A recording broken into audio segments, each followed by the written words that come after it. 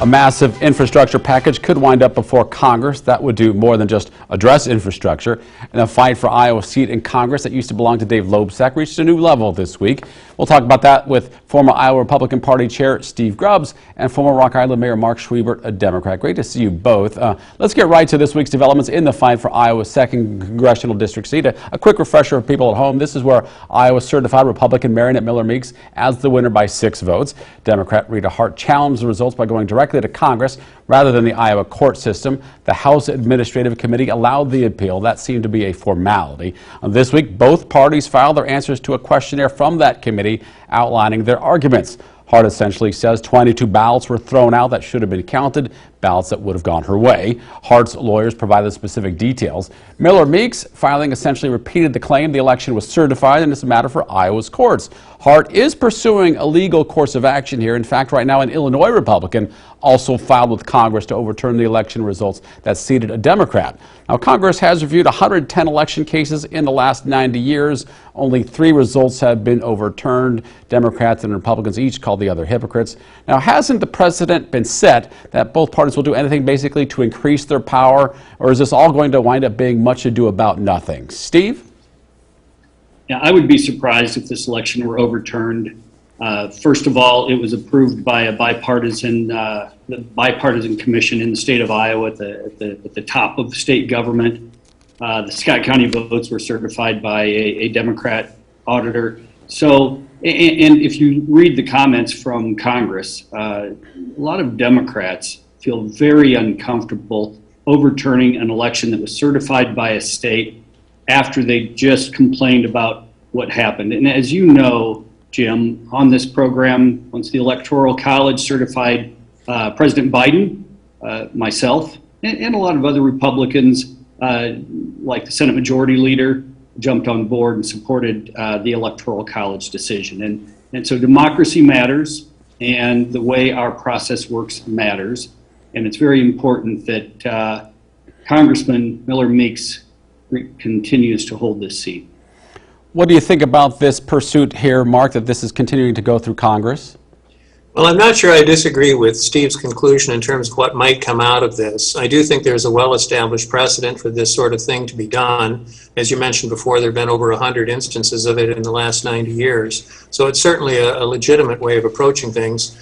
I think that what we're really dealing with here, and in connection with some of the other things that are going on in terms of election reform, is making sure that every vote counts. And I think that's what Rita Hart is basically pushing for. There were 22 votes that were disallowed, and apparently the review process in Iowa that has been pushed by some on the other side have suggested that should have been followed, but that didn't really allow them to look at those additional 22 votes. And that would have actually, some of those would have gone for Miller-Meeks, some of them would have gone for Hart, but it would have given her a 10-vote margin.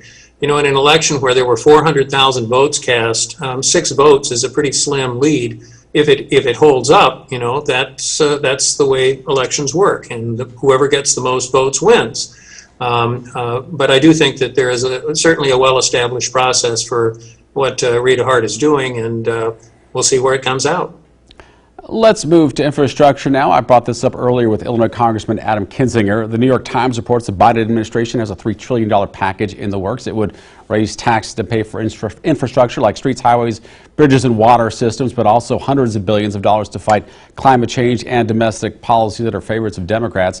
This week, congressional committees moved forward on smaller legislation to fix water systems specifically. The Senate version is $35 billion, certainly much smaller.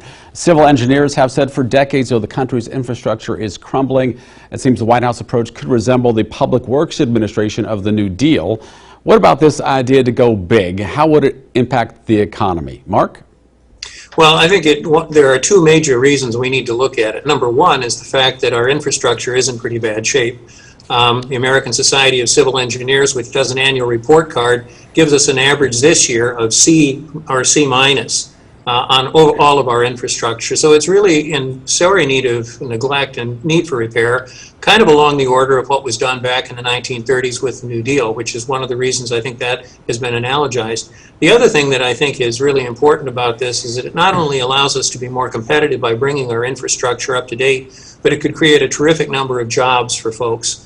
well-paying jobs, jobs that are in this country, and things that could not only strengthen our nation as we deal with rivals like China and other countries, but also could put a lot of people to work. So I think it makes good sense. There has been some indication at the outset that it was going to get bipartisan support. I can only hope that will happen because it really is good for all Americans and good for our country's strength. Steve, I'm guessing you're believing the Democrats are biting off more than they can chew on this one.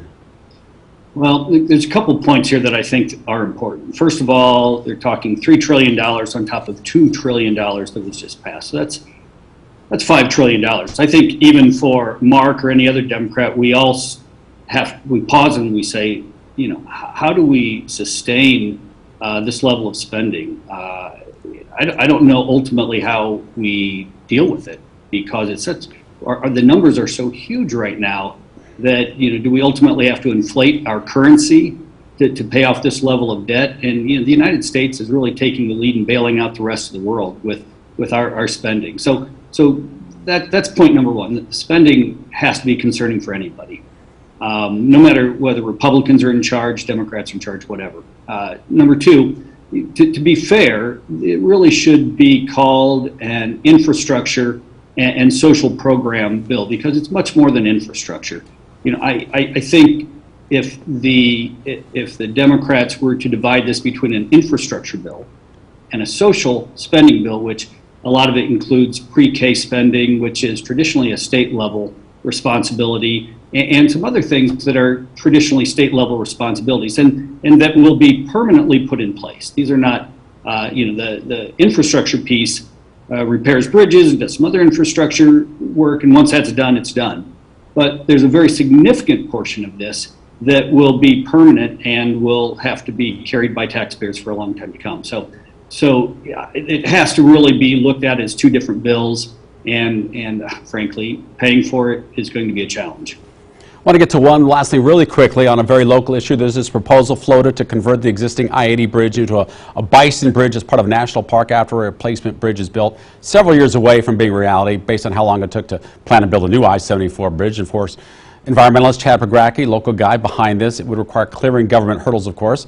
Quickly before we go, we only have about less than a minute. How much merit does this idea have, do you think, Steve? I love the idea. I think it's a great idea. I think a good portion of it could be paid for by private dollars. Chad Pagracki is a visionary. His heart's in the right place. I hope it's given strong consideration. Quickly, Mark, your take? You'd like it too? Yeah, I mean, I think Steve and I are probably in agreement on this. Chad is an individual who's shown the ability to get things done for years, and cleaning up the river and making us more aware of our need to take care of the environment. He's been a real leader in that area, and I don't put anything past him. I also like the idea of having a national park sited here in the Quad Cities area. I think that would be a terrific draw.